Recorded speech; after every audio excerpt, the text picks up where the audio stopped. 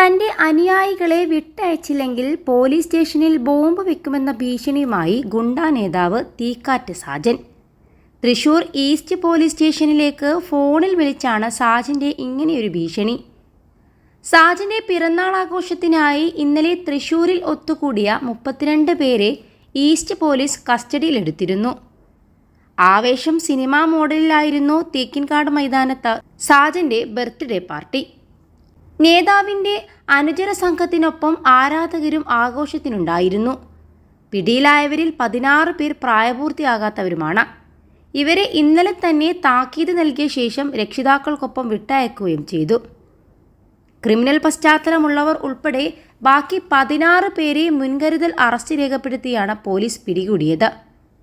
Party തുടങ്ങും മുൻപേ police എത്തിയതോടെ തീക്കാറ്റ് സാജൻ മൈതാനത്തിൻ്റെ പരിസരത്തു നിന്നും ഓടി രക്ഷപ്പെട്ടു.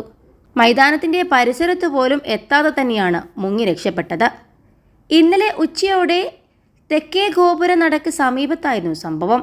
സാജൻ കേക്ക് മുറിക്കുന്നതിൻ്റെ റീലെടുത്ത് സമൂഹ മാധ്യമങ്ങളിലൂടെ പ്രചരിപ്പിക്കുകയായിരുന്നു ഉദ്ദേശമെന്ന് പിടിയിലായവർ പറഞ്ഞു.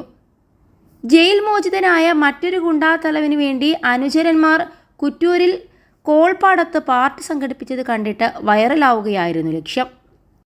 21 ലക്ഷത്തോളം സന്തുഷ്ടരായ ഉപഭോക്താക്കളും 2 ലക്ഷത്തോളം തിമിര ശസ്ത്രക്രിയകളും പൂർത്തിയാക്കിയ മലബാറിലെ ഏക കണ്ണാശുപത്രി Al Salama eye hospital, hospital road, Perinthalmanna.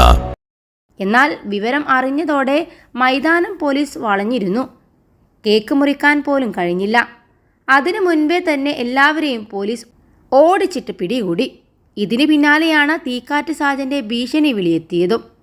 സമാനമായി ഇക്കഴിഞ്ഞ മെയ് മാസത്തിൽ തൃശ്ശൂരിൽ തന്നെ ആവേശം സിനിമാ മോഡലിൽ പാർട്ടി നടത്തി ഗുണ്ടാ തലവന്. 4 കൊലപാതക കേസുകളിലടക്കം പ്രതിയായ ഗുണ്ടാ തലവൻ അനൂപാണ് പാർട്ടി നടത്തിയത്. ജയിലിൽ നിന്ന് പുറത്തിറങ്ങിയതിൻ്റെ ഭാഗമായിട്ടായിരുന്നു ആഘോഷം. പാർട്ടിയുടെ വീഡിയോ റീലുകളാക്കുകയും ചെയ്തു. 2 മാസം മുൻപാണ് സ്വകാര്യ പാടശേഖരത്ത് വെച്ച് പാർട്ടി നടത്തിയത്.